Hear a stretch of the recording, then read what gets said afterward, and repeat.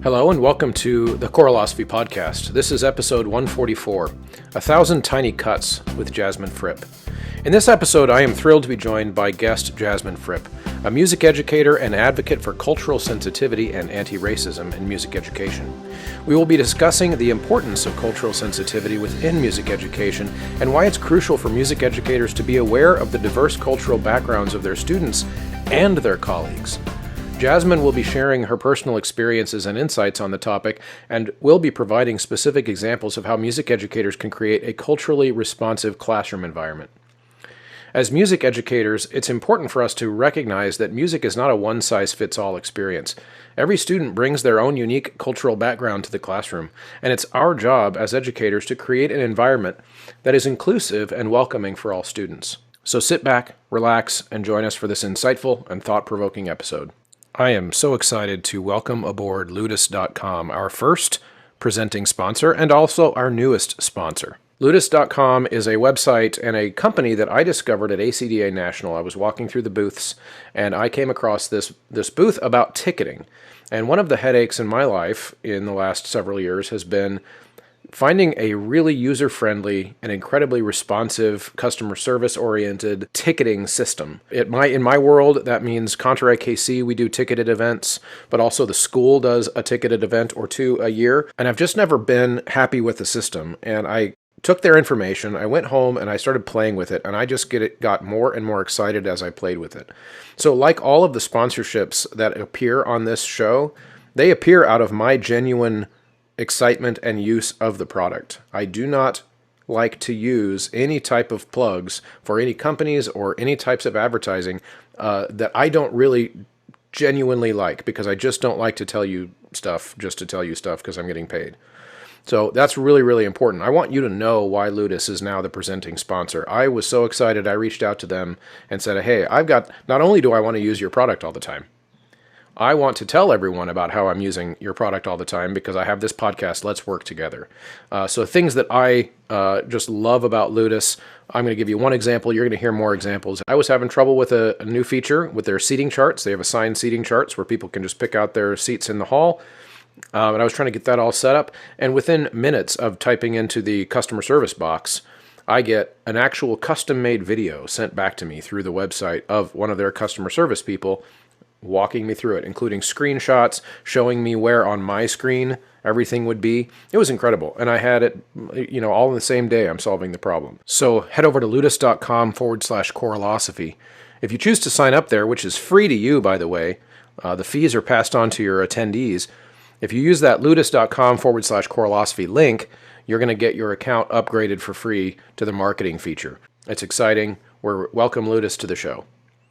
And of course, Patreon is keeping the lights on, and that is so incredibly important. If you appreciate the content that you hear on the Choralosophy podcast weekly, as it is a weekly production now, head over to patreon.com/Choralosophy.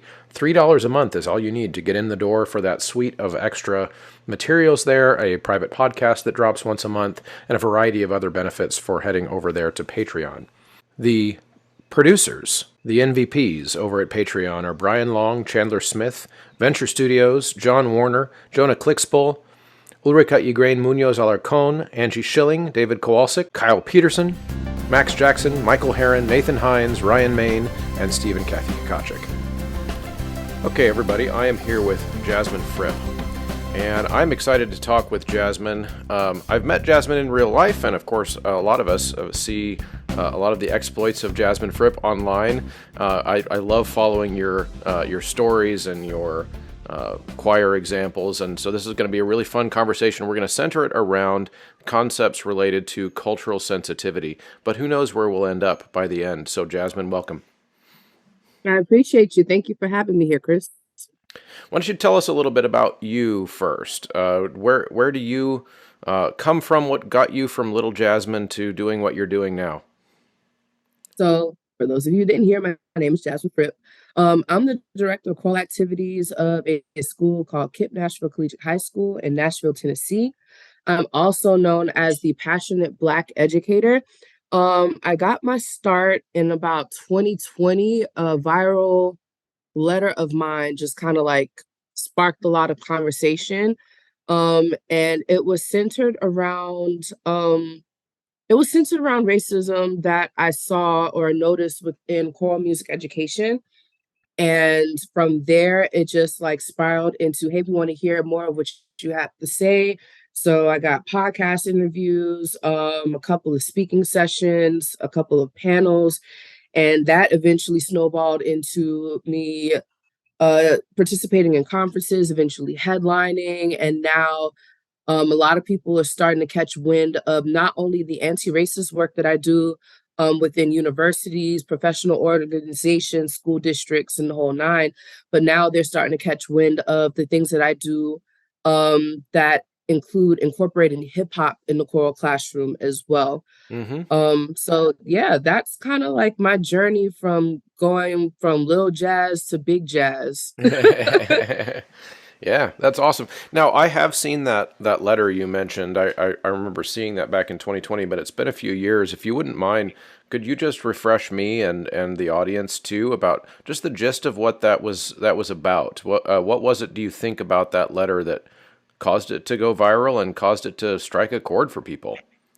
I think the letter went viral because it was exactly what people needed to hear at the time. But the crazy thing is, everything that I said in that letter has been the it's been thoughts that have been brewing in the minds of music educators of color for years. Mm-hmm. Um, this letter came out around the time of George Floyd's murder, and I was just up one night, and I think everybody was just on their whole let's come together, what can we do differently type spiel. And I was really sitting down and thinking about all of the things that I experienced within music education that I was just sick and tired of. And I started typing it as just like a regular old Facebook status, and it kind of took a life of its own, and it became like this three-pronged letter, and I titled it With Love, Letters to My Dear White Music Colleagues. And the first part of the letter addressed composers and arrangers, and the second part of the letter addressed K through 12 educators, and the third part of the letter I addressed educators on the collegiate level, because I truly believe that the cycle of music education starts in college, because we send out our music educators and they then impact, inspire, influence those who want to become music educators, and the cycle just kind of continues. And I just called out all the racist aggressions, cultural insensitivity, and the whole nine within that letter.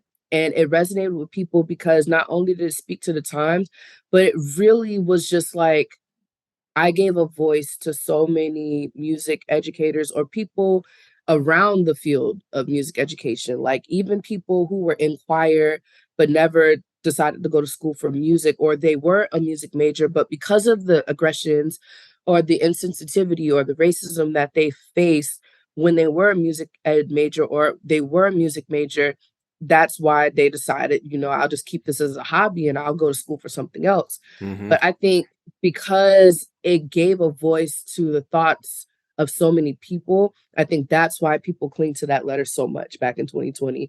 And people still message me about the letter.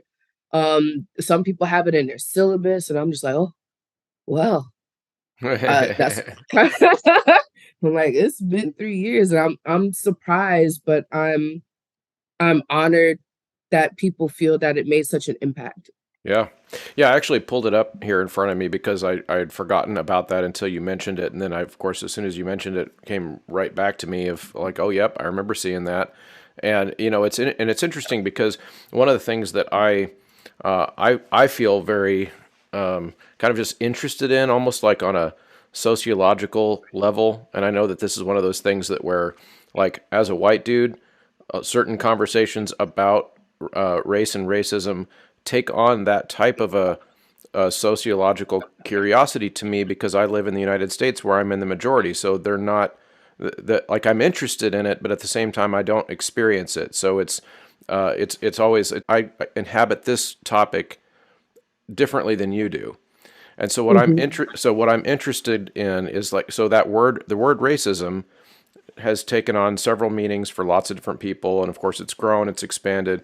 When you're talking about in college, because you said that that cycle of music education starts in college, and then there's those experiences in college of where music educators or music educator trainees, so to speak, in of color are experiencing racism. What do you mean by racism? Do you mean like the old-fashioned Archie Bunker style, like you're not good enough because you're black, or is it more of that cultural insensitivity type of racism that you're talking about? We're both. Yeah, I was going to say yes. Like, you straight up, like, I've heard stories and experiences about students who will go to their voice studio. And I even experienced this at several points in times of my career where I'll go to the voice studio and I say, I want to sing this type of music. I want to sing Black music. I want to sing jazz. I want to sing R&B. And it's just straight up not welcomed here within the studio. And now looking back at it, I'm just like, is it not welcomed here because it's like something they don't want, or is it not welcomed here because it's something they don't understand and they don't know how to teach? Mm-hmm. But then that's even a problem because it's like if you know that, and I know for sure I'm not the only one who went to their voice teacher and was like, I want to sing this type of music. But if you know that a specific demographic of students, or it's spread like wildfire. Like you have students of all races who want to sing all types of music. If you know that your students take an interest in that, why not decenter yourself for a while and get the faculty and staff that know how to cater to those students and their wants and needs within their music education? Mm-hmm. So I've experienced things like that. Just going into choral classrooms and it's only one Black song and it's a Negro spiritual. And 9 times out of 10, it's like pulling from the trauma of Black folks, um, being the token Black person within the classroom. And it's like every single Black question that's asked has to like be answered by the single Black student.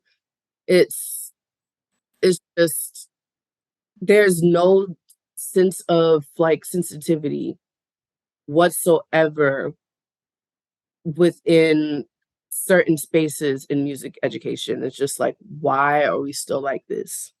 And these are stories that I'm hearing even in 2023. Yeah.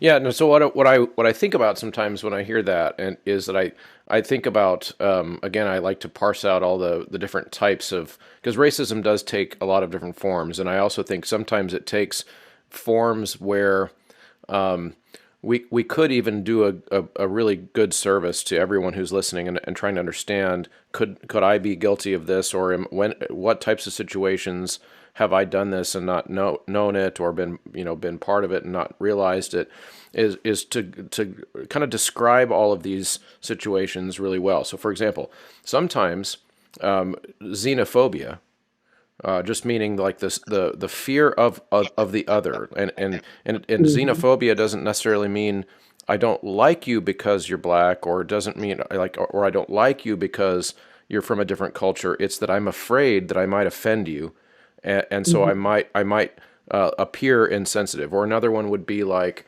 and sometimes that can be interpreted as racism. Sometimes there's also just the nepotism, like I'm gonna favor the people that I know, and that can come across as racism, right? So let's say I'm from around a whole bunch of people, that are white like me, and then and somebody sees me choose someone who looks like me, and they think, well, it's because it's a racial thing, or it's because I know that person, right? And so what I think is interesting about this is that these could be, like, a lot of these things end up manifesting themselves a lot, and the person who's doing it doesn't even know that they're doing it, because their own internal monologue, so to speak, isn't sitting there thinking, oh, I'm this racist person who you know doesn't like my black students. Because and if you were to tell them that, they would probably be like, no, no, no, no, no, of course not.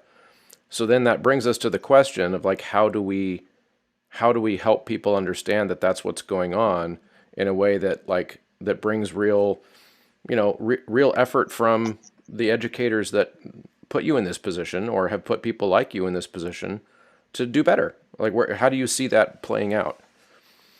So I've always known I have to backstep. I've always known xenophobia to be like a fear of not knowing, or a fear of people from another country, or just any type of any form of discrimination that I've encountered comes from a fear of the unknown.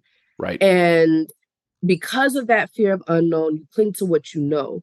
But what are you doing to face that fear? Because I grew up thinking fear was one thing, but as I've become older, I've come to learn that fear is supposed to be a guide to help you begin to lean into what makes you uncomfortable. Yep. And I think that kind of answers your question. It's just like, what is it that you fear? Now let's start from there. Let's lean into that discomfort. I tell people that all the time. Like, when it comes to doing this anti-racist work, when it comes to you being learning how to become culturally competent, you have to lean into those discomfort. You have to lean in and have those uncomfortable conversations. You have to ask those questions. Like, okay, I may not completely understand. Oh, I'll use an example for me. I don't know Hmm. if anyone notices I'm a Black woman. I teach a predominantly Black choir, but I have a heavy Latinx population. And I know every single year that our school does a huge Latinx heritage celebration. And even if we didn't, I would still want to celebrate those who are in my classroom who are Latinx. And I already know as a Black woman how it feels to have people just pick random songs, no sense of research, and it doesn't even tie to us culturally and whatnot. I'm like, absolutely not. I will not do this to these kids. And I'm scared to teach it to them because I'm scared to teach it wrong. And I'm scared that I'm going to mispronounce words. And I'm scared Hmm. that it may not even be something that they're like legit cool with. So I'm just like, okay, I know I have all of these fears. How do I face these fears? Well, I have some great faculty and staff members who just so happen to be very musically inclined. And I go up to them and I'm straight up like, hey, we're working on stuff for Latinx Heritage Month and I want to do your culture justice. Could you help me? Yeah. Like, straight up, hey, I need help. And they're sitting down with me and saying, here's some cool songs that we grow up to, and everybody will know it, this, that, and the third. You want to serve food, you should try this business, you should try that business. I know this staff member who knows how to salsa dance, this, that, and the third. And it's like, because I'm asking those questions and I'm leaning into the things that I fear, and I'm also disclaiming when I start teaching this, I'm like, hey, I'm Black. I don't know everything culture, but I'm gonna try my best to make sure y'all's culture is highlighted in all of its beauty and splendor. And if I make a mistake, like, please correct me because I'm still learning. Like, I always try to keep a posture of me being a student. And Uh, I think that's something that my students and the people around me appreciate. So it's like, when it comes to those different types of fears, especially when it comes to the unknown, you just have to lean into it because fear is supposed to be a guide. It's not supposed to be a roadblock to tell you, you stop here, you don't go any further, go back to to the things that you're most comfortable with and that you know. yeah. That's a really well described process, I think, because I think what you just said applies to a lot of things, not just anti-racism stuff. It applies to your personal relationships with people. It applies to like a marriage, even like, so like it's just the way that we get to know each other is we have to be willing to embrace the things that make us uncomfortable for the benefit of the other person. And I love that you brought up the example of this, like maybe if you're doing something in a Spanish language. I had that happen not too long ago where we were doing something in Spanish, and I have some native Spanish speakers in my classes as well. And I made the comment early off the bat. I said, "You guys, I did my homework, and I think I know how to pronounce all this. But if I get it wrong, I want you to tell me, because I don't know that it's possible that we're all going to sound native in 3 weeks when we're working on this. But does it matter that we're trying? Yes, it does. And I want you to see that I'm trying, and then you're going to try too. And so by leading with that vulnerability of, like, I am not a native Spanish speaker. Spanish was not the language that I studied mostly coming up either. I was more of a French kid, and so I want your help with this. So, I think that's important. And then they see that I'm willing to learn too.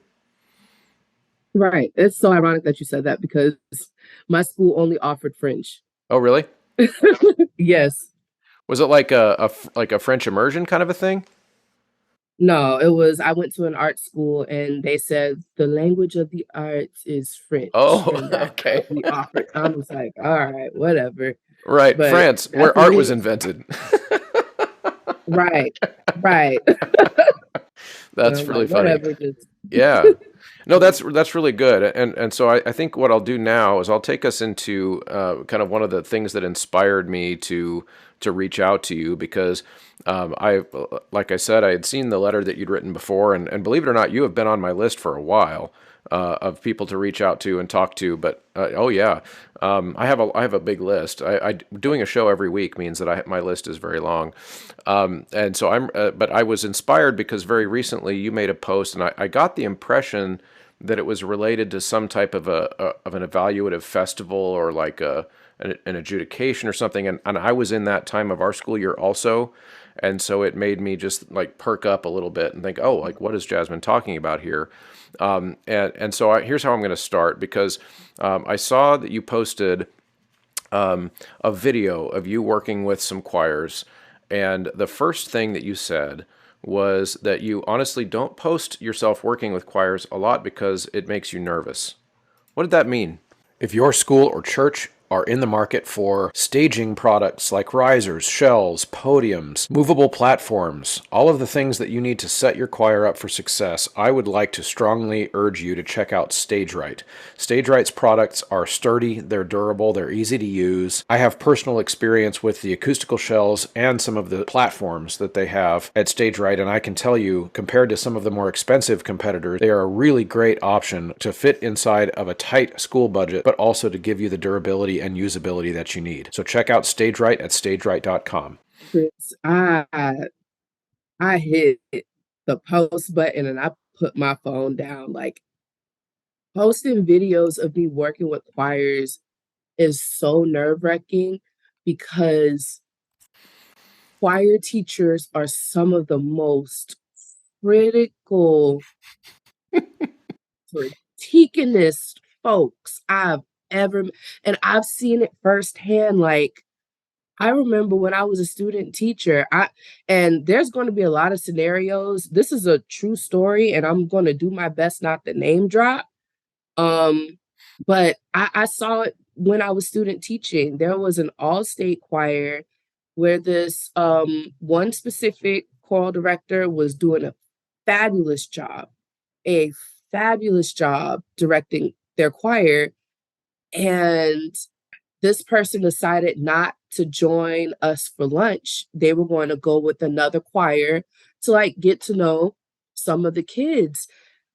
And when I say like the choir directors who stayed behind to eat lunch with the other choir directors tore this choir director to shreds. And I'm just like, what is life right now? Like, Mm-hmm. this is me, student teacher, before I even step foot into the field, into my first year of teaching. And I look up to this person and I'm just seeing, like, I don't like the way they do this. And why do they do that? And I'm just like, y'all are crazy. This is this. Mm-hmm. This is ludicrous. And like, even now that I'm like, I can't remember how long, 8 to 7 years, something like that. Like, I still hear it. Yeah. I still hear it. Oh, Like, yeah. choir teachers go in on one another so much. It is the most discouraging thing to put videos of yourself out there just teaching. And after a while, because I know who I am as a teacher. I'm not perfect and I never claim to be the best. And I know that a lot of the things that I do in my classroom, whether it's hip hop, R&B, just random, fun, joyous stuff, like some choral snobs, that's what I call them. Some choral snobs would look down and be like, what is she doing? But I was like, you know what? Screw that. I'm posting this video. And then Mm-hmm. I posted it and I like put the phone down and walked away from it because I was still kind of scared. But still, I'm just like, I'm proud of the work I did. I'm really proud of the work I did, especially in that video. And I'm going to showcase it. And there's that. But choir teachers are so hard on one another for no reason. Where it's like you could learn so much from one another if you would just keep a positive mindset. And my whole thing is if you're not reaching out to that baby to help them get better in teaching, then why are you talking? Why are you criticizing? Like I never understood that. Yeah. Oh, it is. You are dead on, dead on. In fact, I sent my choir, my high school chamber choir, recording in for a state convention back in 2012. I've been teaching for 20. Next year will be 21 years. Back in Mm, 2012, I sent my choir in for a state convention. We got accepted. We performed there, and I thought they did a great job. I was very proud of them. But I also had the same experience that you did. I was sitting in the audience at that very same convention around everyone else for other people's performances, and I just basically picked up the vibe that between every song, the choir teachers in the audience essentially turned to each other to talk shit. mhm, Like yeah, that's the purpose of those types of events for some people, and it's not an everybody thing.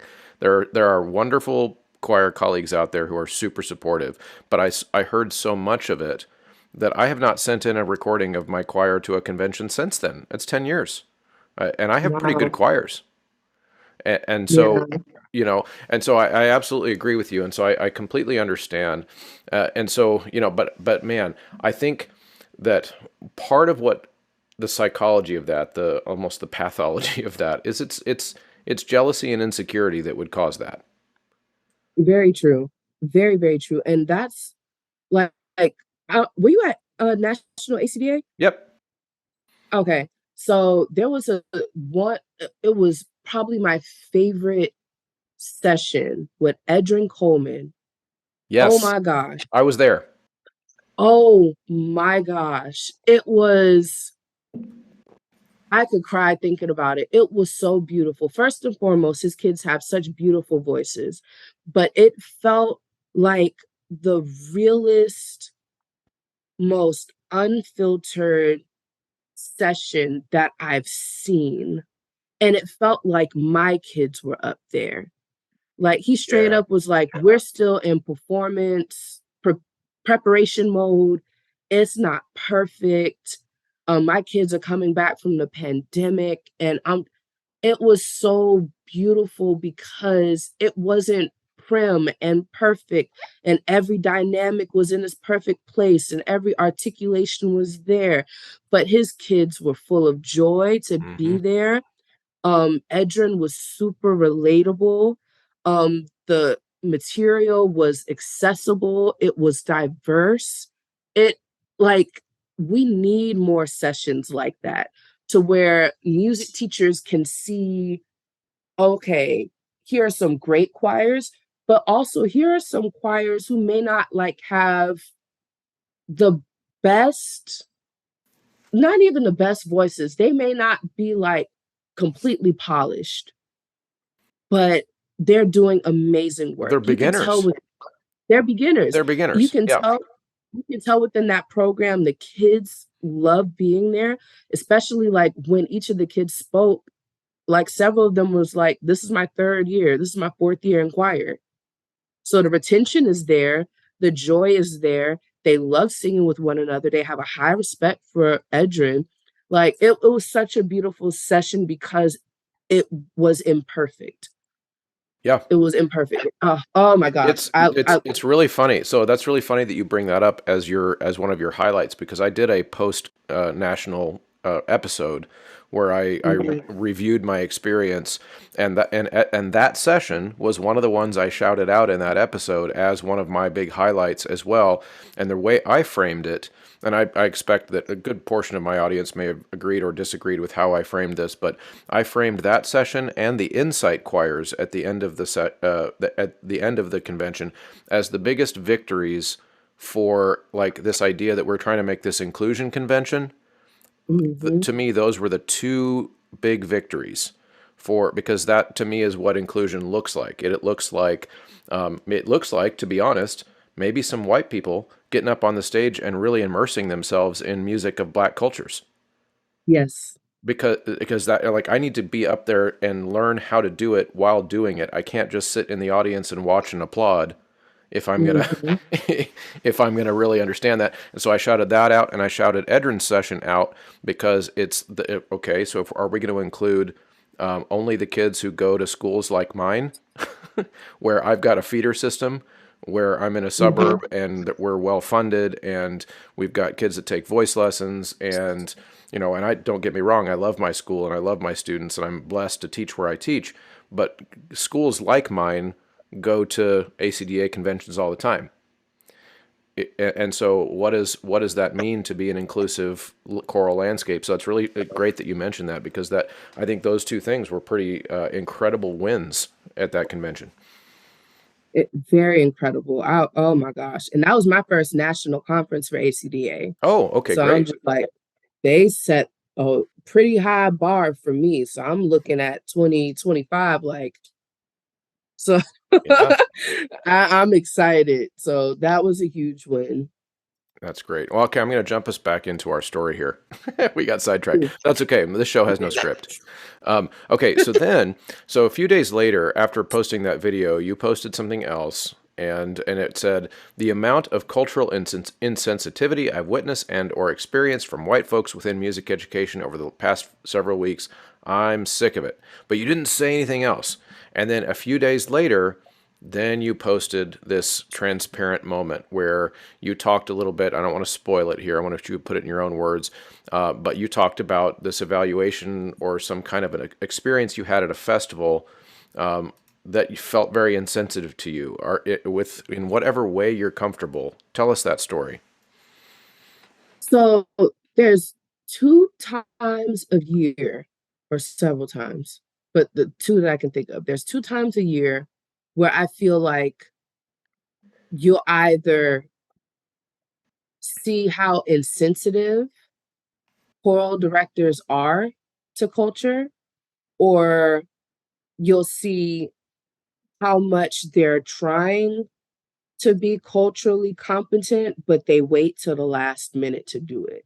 Mm, Speaking on the latter part of that statement, you always see choral directors trying to get their lives together around Latinx Heritage Month, Black History Month, Lunar New Year, any of the cultural celebration times. They're trying to find all the music at the last second. And I'm just like, well, like where was this energy months ago when you knew the month was going to come around and you were going to have to do the same performance that wraps around every single year? Like where was that energy before? Now you're stuck singing a bunch of songs that aren't even like geared towards the culture. It's probably arranged by some white guy somewhere who didn't even do their research, and you look stupid in all honesty. And then I always see cultural insensitivity, especially amongst my choral director friends and myself this year, unfortunately. mm, um, I see it around choral festival time, yeah, and I experienced it firsthand. And Chris, you're honestly getting an exclusive story because I haven't told anybody this story, and I'm not going to do any name droppings or whatnot. that's great. But my kids and I, like, we had a huge win in Florida last week. We went to Music in the Parks, and we got first and second place in our division. Uh, but a month before that, We went to choral festival and got a C rating. Ah, A okay. C rating. And do I think my kids deserve a superior rating? No. But I also don't think, and this is me after like letting a couple of choral directors hear my kids, like they didn't deserve that C rating. Now, since everywhere is a little, Um sorry, just a second. Since everywhere is a little bit different how they rate things, what does C right. mean where you are? So where I am, we get superior, excellent, good, fair, poor. So A rating would be superior, B rating would be Ah, excellent, C rating would be good. so it's like a And I third never tier. got, yeah, third tier. Okay. And to choral directors who are okay with that, cool, I understand, but y'all, I mm-mm. And there's a story behind it. So there was a woman who was coming into my classroom, and she was observing my student teacher, and my kids are predominantly black and brown. My student teacher was white. The lady who came and observed was white. And at the end of every class that she would come and observe, we would sit down, go through everything that we saw. And that day, my student teacher was kind of having a rough time with my kids. And his advisor proceeded to say, I don't think they like the sound of your voice. And I'm just like, what did she just what does she mean by, I'm gonna let her continue, but what does she mean by that? I Hmm. don't think they like the sound of your voice. They've determined that they don't want to sound like you. So they're not going to listen to you. And she kept talking, and I'm just like, my eyes start twitching because my kids, they come from an amazing feeder program. They come from an amazing feeder program. And I've actually worked with my kids before because I had them in sixth grade. These were ninth graders and some seniors that I was working with. It was a general music classroom that got turned into a choir classroom because that's what they voted on. Hmm. And they hear me sing classically all the time.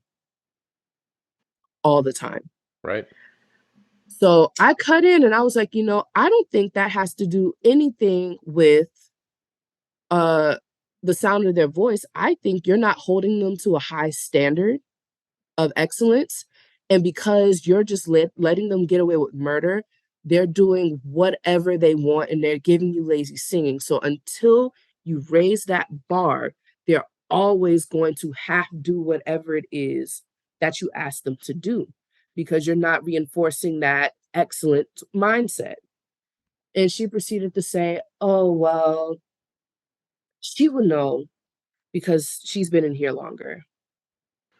So in a roundabout way, it's almost as if she accused your students, probably not intentionally, but it's almost as if she accused your students of their own racial bias. Yeah, Yeah. yeah. It was very, very, very insensitive. And in any time that somebody has to go back and be like, what you mean by that? What are you trying to say? 9 times out of 10, what you've said was super insensitive and was not well thought out. And you're not very knowledgeable of what you're talking about. Hmm. And that would be your time to just be quiet and just go somewhere and educate yourself, or maybe even educate yourself in that moment. But Right. it it That's was bonkers. But so that's a really but interesting. Sorry, that's a really interesting example because earlier I was talking about all the different ways that racism pops up, right? So mhm. and you can just feel free if you disagree with this, you push back. But I feel like there is racism, that where there's hate attached to it, but there's also racism where there's no hate attached. It's just racism that comes from the assumption of that the other is a certain way because of what they look like. And Yeah, and this sounds like that. Like it sounds like they're just there's I'm assuming from the story that she doesn't hate your kids, but she just Mhm. made an assumption based on their race and based on the race of the teacher that this is probably what happened based on what they look like. So I'm gonna have you answer that question again as I continue the story because we only halfway there. So Okay. this woman was one of the judges at Choral Festival. Ah, okay. Yeah, so she was one of the judges at Choral Festival, as well as some other local people, which I honestly think my great state needs to stop doing that. You need to start going and getting people from outside of the state to come adjudicate because you're going to judge your homeboy's choir a little differently if you just had a drink with him last week. But that's not why we're here. I agree. Um I agree. It happens here too. It happens here too. we're, yes. So um she's one of the judges and we got that good rating and I looked through her comments and I'm just like, I'm not gonna sweat it. My kids are just gonna come back swinging, especially because we got Orlando. But I wanted to hear from her firsthand, like what was the method to her madness? And unfortunately, well, fortunately and unfortunately, I was at National ACDA when she was coming to observe my student teacher again. So I wasn't going to be able to talk to her, but my student teacher was.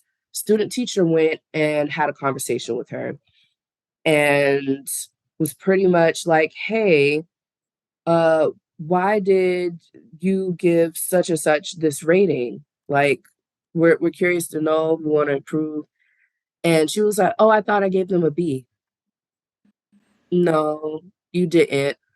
Oh, well, I didn't know much about I didn't know much about the choir. And I'm just like, what do you mean? You've been in this classroom a couple times already. So but proceed. And then my student teacher was like, well, you honestly, we stayed for a little bit longer and there was a choir who was there who respectfully, they were missing notes left and right. And to the untrained ear, like you could tell that they were messing up. They Mm-hmm. still walked away with an excellent rating, which is higher than a good rating. Mm-hmm. Mm-hmm. So my student teacher then said, well, how come you gave this choir an excellent rating? Oh, well, I just knew a little bit more about the program and I understood like what was going on. Keep in mind this program that she's talking about, predominantly white students. We're the only predominantly Black and brown school that sends students on the high school level. And for us to travel like 45 minutes to an hour to go to a choral festival where the judges aren't playing fair, they're not judging fairly across the board. And then on top of that, let me pull up the sticky note. On top of that, the comments that were left on the recording, not the judge sheet, the recording. We were singing Lacrimosa, and this same woman decided to, here it is. She decided to make the statement during Lacrimosa. She was like, this one is very proper and controlled. Remember those white curly wigs that people wore at this time that were pulled back in a ponytail with their ribbon. They had ruffled shirts and they were very refined and dignified, almost held back. Ma'am, you are saying this to a group of Black and brown kids. What the F do you mean by that? Are you trying to say that they don't look or sound dignified and refined? Like what are you talking about? So it's comments like that and gestures like, oh, I don't know much about your program. Or maybe it's the fact that you know about our program and because I had to shut you down one good time because you were out of line, but I did it in a professional manner, that you decided to grade my kids unfairly. And this isn't just my program, because like as soon as I put that status that you read about, Uh-huh. I had directors from all over the place like giving me their stories. One guy said this year that his choir needs to put some hot sauce and stank on their sound. What do you mean by that? Like, it's insensitive because there's no kind of it's insensitive simply because you're just at this point using phrases that Black folks may use to try to get a point across, and you don't even know what you're talking about or what that even like. You are so underprepared that you're just boiling our sound down to hot sauce and stank. Like, it's oh, goodness. So yeah, that was my choral festival experience. Wow. It was a rough one. It was a Okay, tough so one. I want to go back to the powdered wigs thing because, Powdered wheat was oh the my goodness. So I can completely understand your reaction to the racial connotation of that. Like that's horrifying, but I'm going to add another reaction which is also horrifying but in a different in a different way. It's also Mhm. musically unhelpful and it's musically illiterate. So Very. so you know what I mean? So like even if your choir were white kids, let's just say all of your choir were white kids, and that same comment gets written. We could probably take away the racial connotation of it, but we could also look at that comment and go, okay, so what do you want my kids to do differently? Do you want me to how is that a helpful comment from an adjudicator for any kids? It doesn't help me sing differently. It doesn't help me interpret the music differently. It doesn't help me know how the music should have sounded. You're not talking about vowels. You're not talking about rhythms. You're not talking about timbre. You're not talking about like, ultimately all music, all vocal music boils down to those things. And Right. so if we're going to talk about style and we're going to talk about cultural aspects of music, then we should know, if we're going to be adjudicators, we should know how to speak the language of music, not the language of, I don't know, powdered wigs. That just seems like a bizarre, that man. Right. And and that's so spot on. And the reason why I was so proud of the rehearsal video that I was afraid to hit post on is Mm-hmm. because me as a Black woman, I do not specialize in gospel music. I am not a Maria A. Ellis. That is her field. Like, Mm-hmm. I grew up Hillsong worship, Kirk Franklin, commercial hip hop, R&B, gospel-ish era. So gospel music really isn't my forte. Have I sung in gospel choirs? Yes. Have I taught them? No. But not once in front of those predominantly white students, a couple of Black students, an Asian student here or there. Not once did I ever tell them to put some stank on it. Not once did I ever tell them you need to sound Black, you need to put some dirt on it. No, I gave them hard down vocal pedagogy to help them shape their sound and sound as authentic as possible while using their authentic voices. And that's because I went and I did my research and I prepared for that rehearsal. So Mm-hmm. my whole thing is, if you as a clinician, as a teacher, as an adjudicator cannot articulate what it is that you need without having to boil somebody's culture down to white wigs or this is prim and proper or hot sauce, then you are not prepared to do that job. You have not done enough research to do that job. Yeah. Yeah, no, I agree. I think that's really well said. And I think that your criticism of it is exactly the right type of crit. And so, like, if you think all the way back to my first question when we first signed on, was like, let's talk about how do we make it so that people who are in these positions, whether it as in your position as the teacher or the adjudicator's position, how do we do better?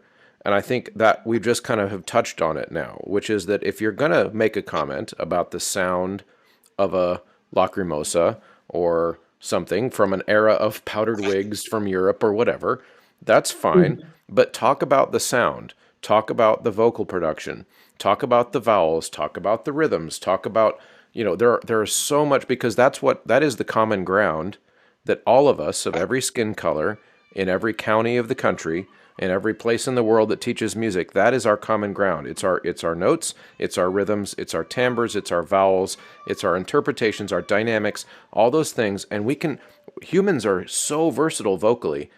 If we're taught Mhm. how to shape those things, then we can sound like whatever it is that we're trying to sound like if someone teaches us how.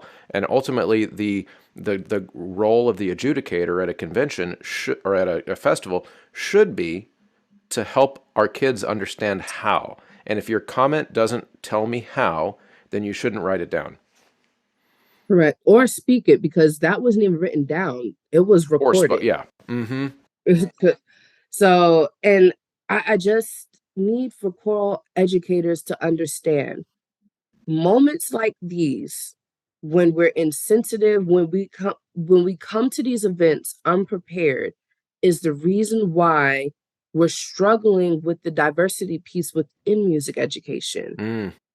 Like, just imagine if I took my Black and brown kids to those type of events and they felt a sense of welcome and they were treated like all the other choirs who were there, and they're not getting feedback constantly on, oh, they look professional, they look beautiful in their tuxedos and black dresses.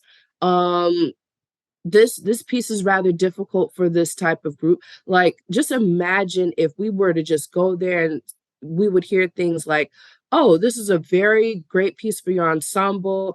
I would encourage you to continue to work on balance within your group, Mm-hmm. because that's ultimately what she was trying to say. Mm. That's ultimately it. My sopranos were too loud. Just say it. You didn't have to go and be like powder white wig. Like, just say that we need to work on balance. Yep. That's it. Yeah. That is Musical it. elements. My kids want to be treated like all the other kids. These choir directors want to be treated like all the other choir directors. That's all we want as a people. We don't want to have to go and read back the comments, and we have to use the words hot sauce and stank and all kinds of other foolishness.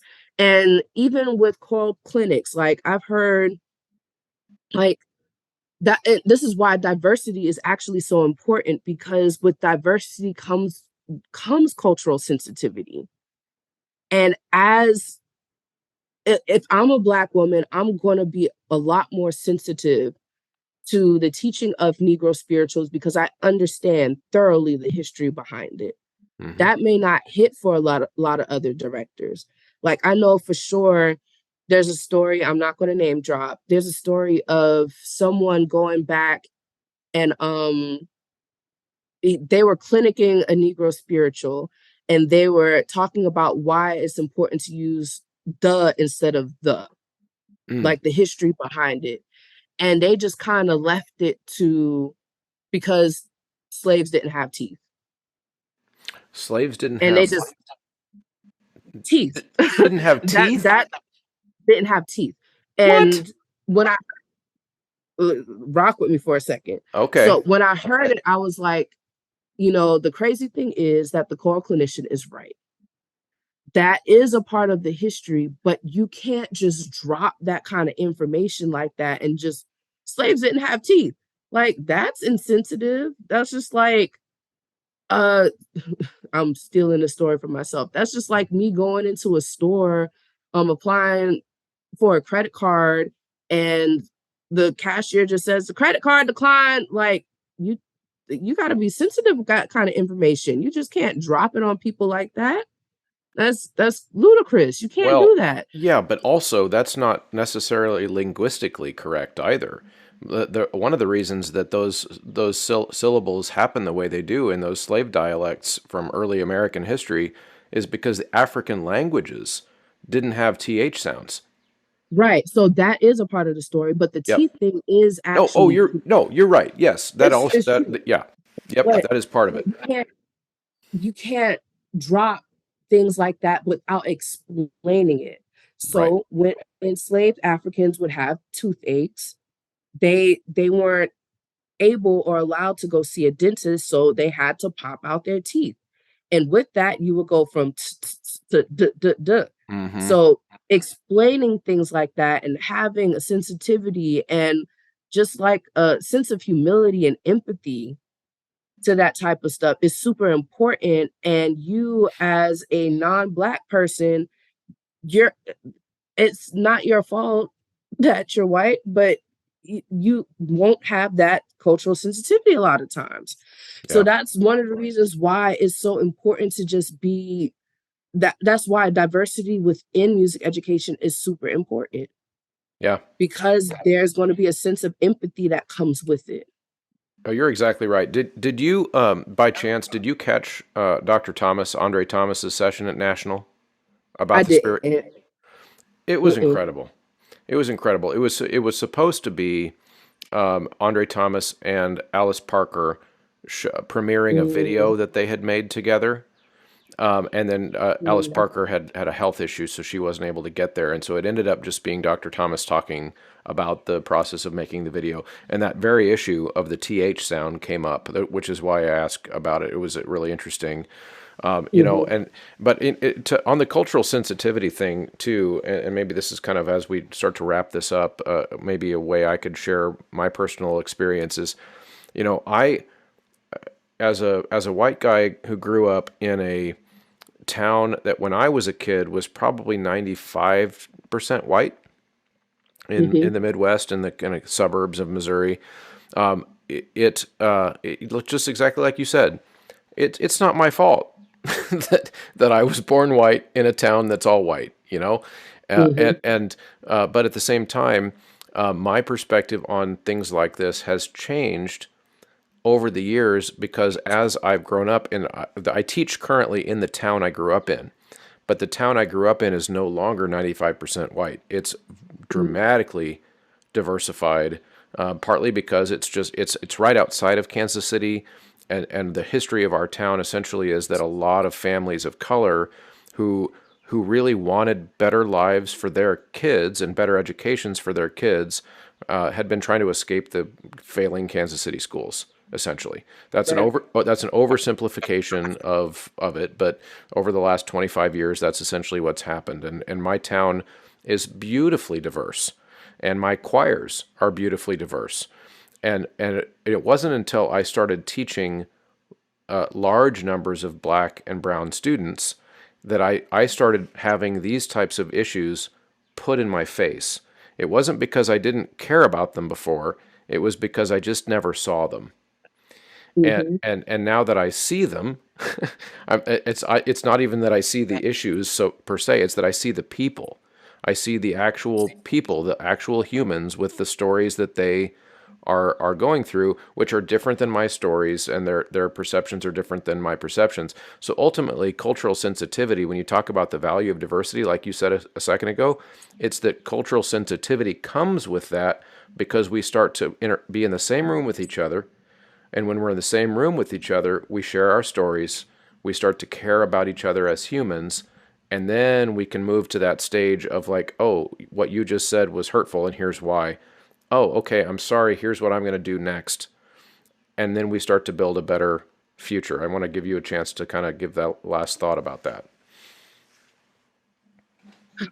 it it's different, like you said, when the scenarios are in your face constantly. Mm-hmm. And because of who I am as an advocate, because of who I am just as a Black woman in choral music, and who my kids are, Black and brown kids, they do see it every day. And we talk about it often, even down to like their first experience going outside of their little bubble of East Nashville. And we just went to a little town called Lebanon, Tennessee.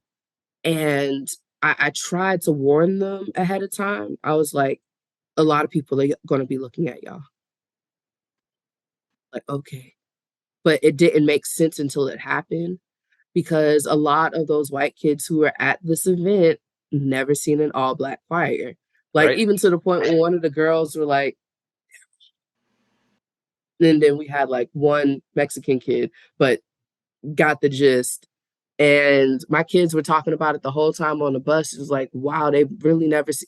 Like, these are things that we talk about often, Mm-hmm. from the discrimination that we face to just the beauty of our own culture, because we get to feel it and be a part of it every single day.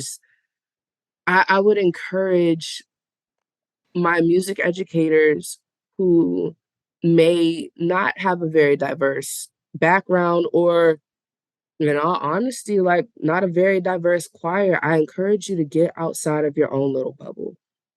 You have to. Mm-hmm. You have to, in order to give yourself the best possible music education, to give your kids the best possible music education, and in all honesty, to give yourself the best human experience possible. Because when you get out of your own bubble, you just realize how beautiful other bubbles are and the beauty of all cultures and how much you can learn just by just loving on one another and embracing various cultures. It's a beautiful thing. It's a beautiful thing. And I just, in all honesty, if you don't understand or you don't know, there's nothing wrong with that.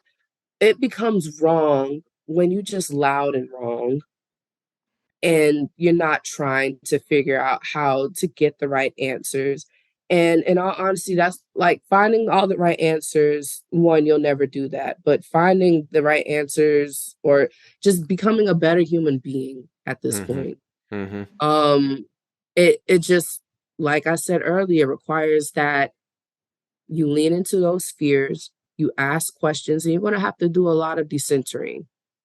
But before you just go out and say things loud and wrong and whatnot, just do your research, really study the sound of music from various cultures, and understand the position that you're putting your Black, Brown, Indigenous, Asian students and music educators when you're constantly making comments, whether it's a musical reference or whether it's just in interacting with people. Because at National ACDA, I had some uncomfortable conversations, Mm. very uncomfortable, very unprofessional. Like I went and I thought I was meeting this great person, and the whole time they were just like, "I love your hair. Can I touch it?" And I'm just like, "No." Really? Oh, I'm so serious. In Like I 2023? in 2023, Jasmine Fripp had someone reach out and try to touch her hair. I don't care if the person was drunk or not. It's still Oh. insensitive. And a drunk man tells no tales, so that's what you would have wanted to do sober. Yeah. So yeah, it's like y'all just gotta start like there's no reason as to why Black, Brown, Indigenous, Asian folks should feel uncomfortable. And yeah, there's just no reason. Yeah, we got to do better. Yeah. We got Yeah. to do better. For sure, for sure, and I think um, one of the things that I think is so crucial is that when we are in a position where we are in a majority, and so I'm again speaking from the white guy perspective, we have to kind of assume that there are certain things that we will miss because we're not confronted with them, like I said before about my upbringing, right? I have to assume, and I didn't know to do that when I was a teenager, but I'm an adult now, so like I know to assume that there are certain things that I might miss. And so I'm hoping that this episode for some people can be just a reminder to be kind of have your head on a swivel. Like there are things that if you're the majority in the room, you might miss and you might not be confronted with, and it's worth looking around to see where those things are. And hopefully your stories and your advice will be helpful for people. Jasmine, I really appreciate you coming on and being so vulnerable with us. Absolutely. Thank you for having me. Oh, and one more thing. Yeah. I just thought about this. I was just like, people are going to think my credit score is terrible. No, see what happened was I used to work at Sears and we would always have to ask people if they wanted to apply for a Sears card. And when I was a teenager, I didn't really know anything about credit. All I knew was get people to apply, and if they get denied, they get denied. So like for the first 2 years of me working there, I was straight up like, your credit application has been denied. Thank you. I just read the prompt off the computer. But it wasn't until somebody heard me say it and they were like, yo, that's very sensitive. Like people getting declined for credit card, you have to like ease it on them. And I was like, oh, I never thought about it like that. So from there, it wasn't like I was just like, oh my gosh, woe is me. I'm gonna quit my job. I've been doing such a terrible thing. No, it was just here's the constructive feedback that I received. Now I got to take it and apply it. And I encourage people to do the same thing, just as you were saying. Like, you're not going to get everything right the first time when it comes to doing this line of work. I can't promise you the advice that I gave on this episode means that you're going to leave out here a changed human being and you'll never say anything racist or insensitive again. Right. This is going to happen. Right. But that doesn't mean that you just wave your white flag and surrender and just give up. Like, no, you're going to get burned doing this line of work. But I encourage you to keep on leaning into those discomforts and keep on trying, because we need you to keep trying in order to make the field of music education a better place for all of us. That is well said. Thank you so much. That's perfect. Great way to end. I love it. All right. Appreciate you. Thank you so much for having me. Thank you, as always, for sticking around and listening to that conversation. I enjoyed parsing through those situations with Jasmine, and I really appreciate her being vulnerable in sharing some of the, I guess, the ugly side of how some of these encounters affect people in ways that we don't necessarily anticipate. And so I know it takes a lot of courage to turn on a mic in front of thousands of people and tell some of those stories. And so, Jasmine, thank you. If you appreciate these types of conversations, the real, uncensored, behind the scenes, getting to know our colleagues, types of conversations that we actually are able to produce here and are so privileged to produce here, then there's ways that you can help. Patreon.com/Choralosophy is a big deal. It is one of our biggest supports financially for all of the costs that recur every month. And then, of course, you can enter the Choralosophy checkout code at a variety of websites. You can go to Graphite Publishing and RyanMain.com for sheet music. You can go to SightReadingFactory.com to get 10% off of your entire year's membership. You can also go to Choralosophy.com/voce-vista to get the amazing, just will change your classroom forever software that can show your students their overtones in real time as they sing. It's absolutely amazing. And of course, you can go to mymusicfolders.com. All of those websites have discounts for you when you enter the Choralosophy checkout code. And of course, like, share, comment, send the episode around social media. Really drum up a conversation about this because it matters. Thanks, everybody.